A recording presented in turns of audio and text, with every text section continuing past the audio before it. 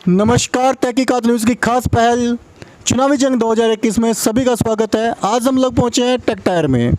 ये एक ग्राम पंचायत ऐसी है जहां पर मूलभूत सुविधाओं का आज भी अभाव है।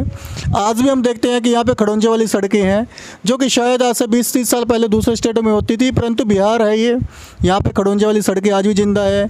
पानी की समस्या जैसे और पंचायतों में है, वैसा यहाँ पे भी देखा जा रहा है कि पानी यहाँ पे सड़कों पर खड़ा रहता है।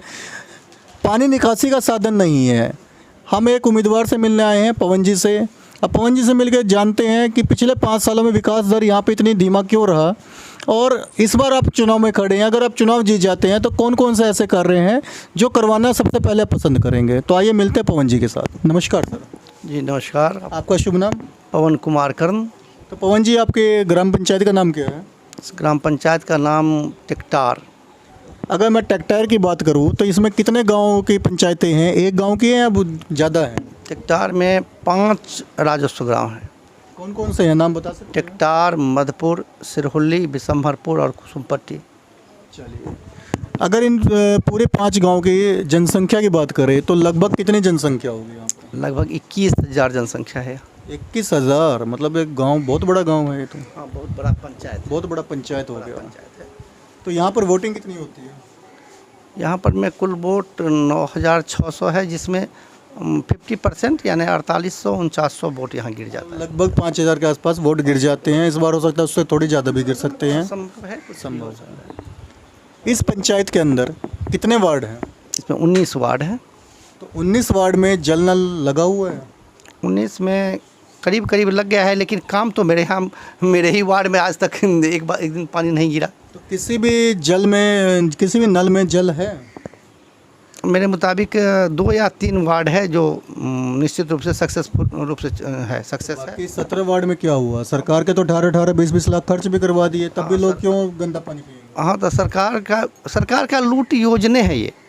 सरकार का लूट योजना है, पदाधिकारी और ठेकेदारों का ये मेल जोल है।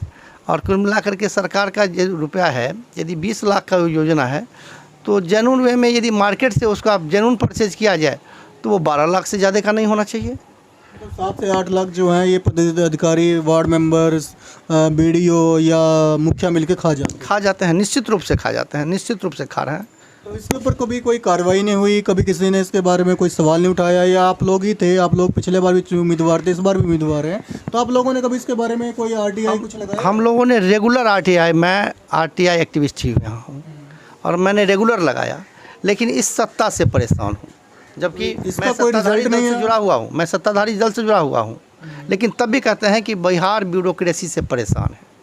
बिहार में ऐसी योजनाएं चलती हैं कि मुखिया पैसे अंदर कर लेता है, आप कितने भी उस पर आवेदन डालें उसका कोई रिजल्ट नहीं निकलता। हाँ, निश्चित रूप से नहीं निकलता है। और आरटीआई में तो कोई भी आप आरटीआई अगर डालें तो आपको राज्य सूचना आयोग तक जाना ही होगा। इन लोगों ने ठेका ले रखा है कि हम किसी को नहीं देंगे जवाब। चलिए, मतलब ये सिस्टम सिर्फ बिहार के अंदर है और स्टेट के अंदर शायद ऐसा सिस्टम नहीं है। अब जैसा है ये तो मैं नहीं कह सकता, लेकिन बिहार में इस पंचायत के अंदर अगर शिक्षा के स्तर की बात करें तो शिक्षा सुविधाएं कैसी हैं? क्या स्कूलों में टीचर आते हैं या राम भरोसे ही स्कूल चल रहे हैं? नहीं, स्कूल में तो टीचर आते हैं, ये इसमें कोई दो मत नहीं है। लेकिन अब स्कूल की शिक्षा व्यवस्था, सबसे बड़ी बात है कि विद्यालय में शिक्षक ही आ जाए और उसके पास उपस्कर ही नहीं हो तो फिर शिक्षा क्या होगी? बहुत सारी दिक्कतें हैं। मुखिया जी ने पिछले 5 साल में स्कूल के अंदर कोई बिल्डिंग बनवाई हो, कोई गेट लगवाया हो, कोई दीवार बनवाई हो, कुछ कहीं मिट्टी गिरवाई, ऐसा कोई कार्य किया? मेरे नज़र में किसी मुखिया के द्वारा तो एकदम नहीं, किसी भी विद्यालय में 1 रुपया का भी कोई काम नहीं किया गया है। जो मैं एकदम कन्फर्म हूँ, एकदम कन्फर्म होकर कह रहा हूँ कि किसी भी विद्यालय के लिए मुखिया जी ने कुछ नहीं किया है। आंगनबाड़ी केंद्र कितने अभी पंचायत? आंगनबाड़ी केंद्र यहाँ 19 है। तो क्या वो भी सुचारू रूप से चल रहे हैं या वो भी राम भरोसे कभी आ गए कभी नहीं आए, ऐसा चल रहा है? नहीं, आंगनबाड़ी का तो 2 साल से तो स्थिति वैसे कोरोना को लेकर के ही बहुत ये है, जो कोरोना के चलते आंगनबाड़ी नहीं चल रही है। लेकिन उसके बाद में फिर भी आंगनबाड़ी की स्थिति इसके तुलना में, विद्यालय के तुलना में ठीक है। राशन वितरण केंद्र कितने हैं सरकारी? राशन वितरण केंद्र 7 हैं, लेकिन उस 7 में एक सस्पेंड है और एक उन्होंने रिजाइन दे दिया है, तो अभी तक कुल 5 हैं। सस्पेंड किस कारण हुए? बेईमानी के कारण? हाँ, संभवतः वहाँ के जनता के सिरहुल्ली में है, वहाँ की जनता ने जो उनके अगेंस्ट में आवेदन दे रखा था उसी में उनको सस्पेंड कर दिया गया। बाकी जो है वो क्या ईमानदार से काम कर रहे हैं, वो भी बेईमानी से कर रहे हैं? देखिए, सच है कि जो यदि सच कहूँ तो डीलरों के साथ स्वयं अन्याय हो रहा है, और जब उसके साथ हो रहा है अन्याय तो वो कहता है कि जब मैं अन्याय सह रहा हूँ तो मैं अन्याय कर क्यों नहीं लूँ। चलिए, मतलब अन्याय का बंटवारा हो रहा है कि डीलर को अन्याय हो रहा है, डीलर आगे बांट रहा है। 42 और 43 किलो अनाज मिलता है एक बैग में, और उसको 50 किलो कह के देता है। कभी तौल करके मैं देखता हूँ, मैं प्रखंड भी जाता हूँ, देखता हूँ तौल करके उसे नहीं मिलता है। ये उनकी भी समस्या है। तो सर वज़न तो ये डीलर भी कम करते हैं, परंतु अगर रेट की मैं बात करूँ तो 5 रुपये एक्स्ट्रा रेट लिया जाता है गरीब जनता। 5 रुपये एक्स्ट्रा नहीं लिया जाता है यहाँ। एक यूनिट अगर 13 रुपये सरकार ने निर्धारित किया तो डीलर 18 रुपये ले रहे हैं, तो 5 रुपये तो ज़्यादा ले ही रहे हैं। नहीं, ऐसा नहीं लिया है। यहाँ है चूँकि हम लोग प्रखंड से 30 किलोमीटर दूर हैं, और सारा वहाँ से मटेरियल्स लाने में जो खर्चा कठिनाई होती थी, तो उसी समय में संभवतः लोगों ने तय कर दिया था, और मेरे मुताबिक डीलर वही ले रहे हैं जो लोगों ने तय कर दिया। तो डीलर से मिलकर पता करेंगे और जनता बताएगी कि क्या रेट दिया गया है।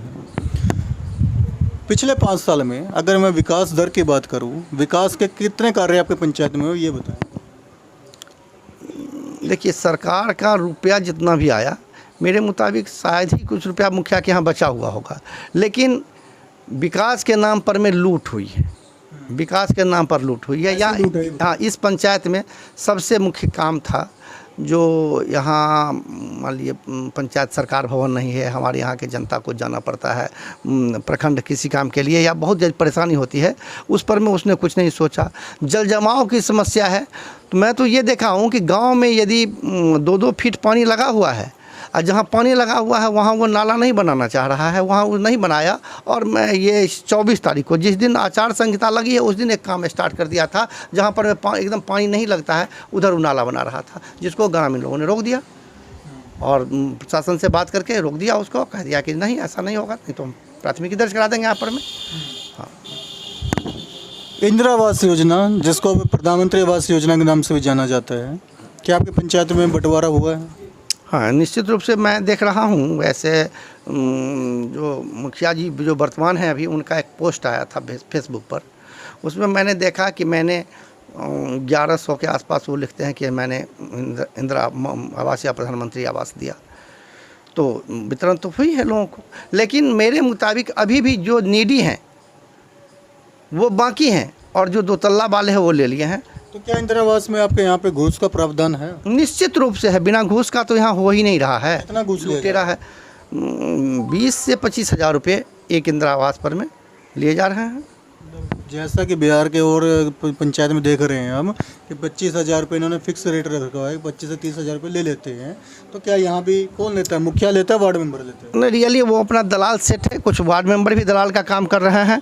मुखिया के द्वारा भी, चूँकि हमारे यहाँ अल्पसंख्यक मुखिया है, तो अल्पसंख्यक टोले में संभवतः वो अपने डील कर लेते हैं, और 3-4 दलाल वो रखे हुए हैं। मैं जो हम लोग नज़र से देख रहे हैं, जनता उसको नकार रही है, लेकिन दबंगों के सामने सामान्य जनता ये है, और किसी से कोई लड़ाई लेना नहीं चाहता है, एक्स्ट्रा कोई लड़ाई करना नहीं चाहता है। क्यों ले हम एक्स्ट्रा लड़ाई? शौचालय योजना, जिसके अंतर्गत लाभुक को 12,000 रुपये दिए जा रहे हैं, क्या आपके यहाँ पे योजना मिली है? अगर मिली है तो क्या इसमें भी घूस का प्रावधान था? मुखिया जी के मुताबिक 2300 उन्होंने शौचालय बनवा दिया है, लेकिन आप शायद मेरे पंचायत में गुजरे होंगे, सड़कों पर तो मुझे लग रहा है सड़क पर देखे होंगे, जिससे लग गया होगा कि यहाँ शौचालय यदि एक भी नहीं मिलता तभी वही स्थिति होती जो आज शौचालय जो 2300 वितरण के बाद भी हो गया है।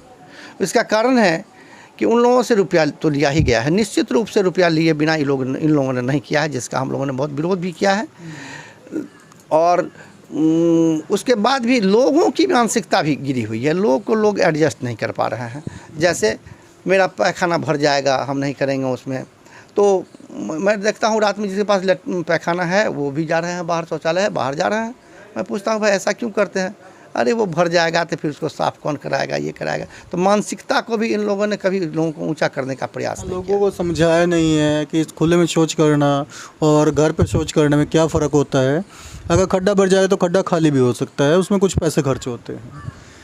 तीसरी योजना सरकार की बड़ी महत्वाकांक्षी योजना थी, मुख्यमंत्री बाढ़ राहत कोष योजना। क्या आपके पंचायत में बटा है, अगर बटा है तो क्या इसमें भी घूस लिया गया? नहीं, इस बार तो कोई बाढ़ ऐसी आई नहीं थी। अगर कुछ बाढ़, हाँ, इससे पहले आई थी और ज़्यादा कदा सुनने को मिलती है कि वार्ड मेंबर लोगों ने उसमें लोगों से कलेक्शन किया है। कितना, 1000 या 2000? नहीं, 500 रुपये, 500 रुपये की बात आई। 500 रुपये की बात आई थी। चलिए, ये तो थी पिछले 5 साल की समस्याएं। अब रही बात आपकी, आप चुनाव लड़ रहे हैं, आप चुनाव जीत जाते हैं, तो कौन से ऐसे 5 कार्य हैं जो सबसे पहले आप करवाएंगे? देखिए, 5 कार्य में जैसे मेरे यहाँ मैंने कहा पहले आपको, जो पंचायत सरकार भवन जिसकी बहुत नितांत आवश्यकता है, जिसके चलते यहाँ की जनता एक पेंशन के लिए वृद्ध लोग या कहते हैं जो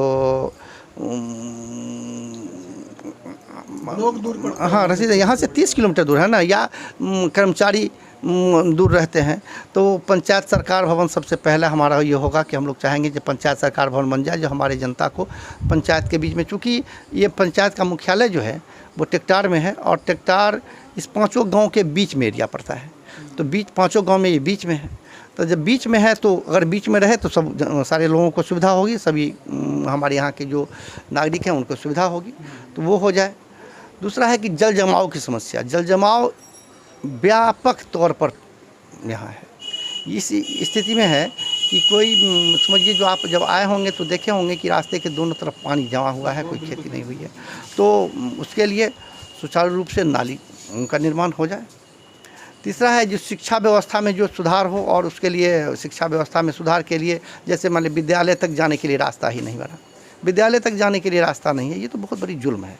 और देखिए, अपने चमचों के यहाँ लोग रास्ता बनवा रहे हैं। 5 साल से मुखिया जी ने कि विद्यालय के रास्ते नहीं बनवा पाए? 5 साल से मुखिया जी विद्यालय के लिए रास्ते नहीं बनवा पाए? नहीं, वो नहीं बनवा पाए हैं। मेन मुख्य बाज़ार जो है हमारे पंचायत का, जो संभवतः मुखिया जी के घर के एकदम नज़दीक है स्टेशन मार्केट, वहाँ जब आप जा कर के देखेंगे तो वहाँ के दुकानदार रोना रोते हैं कि भाई हम लोगों का जो सारा मार्केट ही ये स्थिति रह गई, तो शिफ्ट कर जाएगा किधरों।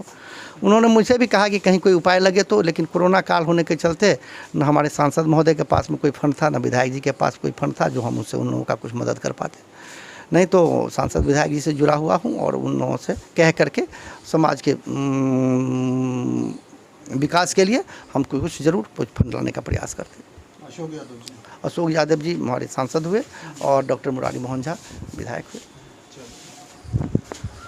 पंचायती चुनाव 2021 के लिए आप अपनी जनता को कोई संदेश देना चाहते हैं? जनता को संदेश यही मैं देना चाहता हूँ कि मैं लगातार अपने, अब तो हमारी उम्र होने जा रही है, मैं तो इस बार कह दिया हूँ कि संभवतः इस बार के बाद मैं चुनाव भी नहीं लड़ूंगा। तो यदि आप मुझे बना देते हैं तो एक ये कहने के लिए ज़रूर हो जाएगा कि इन्होंने जैसा किया काम वो वैसा ही कर दो। अगर कोई गलत या भी करता है तो उसको कहेगा कि नहीं तुम ऐसा तो ज़रूर कर दो जो उसने कर दिया।